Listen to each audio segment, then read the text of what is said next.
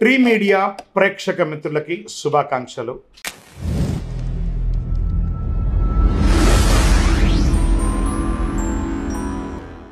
ఈ వారాహి కందదీపం, వారాహికి ఈ వారాహి అమ్మవారి యొక్క పూజ ఈ మధ్య చాలా అన్ని చోట ఆసేతి హిమాచలం పెరిగింది చూసారా. 16 శుక్రవారాలు చేస్తున్నారు. ఆ దీపాన్ని ఎలా పెట్టచ్చు అంటే, ఆ దీపంలోనే అమ్మవారిని ఆవాహనం చేయవచ్చు. ఫోటో ముందు కానీ విగ్రహం ముందు కానీ ఈ కందదీపాన్ని పెట్టవచ్చు. కందగడ్డను శుభ్రంగా కడిగి పసుపు కుంకుమతో అలంకారం చేయాలి. కొంచెం ఆ కోసిన చోట కొంచెం దీపం వచ్చేలా కొంచెం గుంత తీసుకొని అందులో నెయ్యి పోసి దీపం పెట్టాలి. కందదీపం పెట్టిన సమయంలో మామూలు దీపం కాకుండా రెగ్యులర్ దీపం కూడా ఒకటి పెట్టాలి. కందదీపంతో పాటు నార్మల్ దీపం కూడా ఒకటి పెట్టాలి. అమ్మవారికి ధూపదీప నైవేద్యం సమర్పించాలి. అష్టోత్తరం కానీ సహస్రనామంతో కానీ మూలమంత్ర జపంతో కానీ పూజించుకోవాలి. కందదీపం పెట్టిన రోజు దుంపలు, తేనె, లడ్డూలు ఇలాంటివి నివేదన చేయవచ్చు.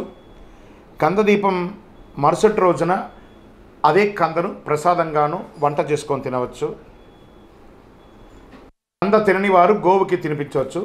ఇలా ప్రతి శుక్రవారం రాత్రి చేస్తే మీకు ఉన్న ఆటంకాలన్నీ తొలగిపోయి ఐశ్వర్యం సంకల్పిస్తుంది. ముఖ్యంగా గొడవలు, నిందలు ఇవన్నీ తొలగిపోతాయి. వివాహం కాని వారికి వివాహం త్వరగా అయ్యే అవకాశాలు ఉన్నాయి. ఇల్లు కొనుక్కోవాలన్న వారికి, భూమి కొనుక్కోవాలన్న వారికి వారాహి కదా, అమ్మవారు, ఆ వారాహి అమ్మవారిని ప్రార్థన చేయడం చాలా అద్భుతం కలుగుతుంది. రాత్రిపూట సమయం వరకు ఉపవాసం అవసరం లేదండి. కొంతమంది ఉండాలనుకుంటే ఉండొచ్చు, లేని పక్షంలో దీనికి ఉపవాసం ఉండలేదు. ఆ ఒక్కరోజు మాత్రం మధుమాంసాలు తినకుండా దూరంగా ఉంటే మంచిది. సాయంత్రం పూజ మొదలుపెట్టే సమయానికి మళ్ళీ చక్కగా పళ్ళు దొమ్ముకొని దంత సేవనంతా చేసుకొని తలస్నానం చేసి పెట్టుకుంటే చాలా మంచిది. మన శరీరంలో దుర్గంధం రాకూడదు. ఈ దీపం వెలిగించేటప్పుడు చినిగిన బట్టలు ధరించకూడదు.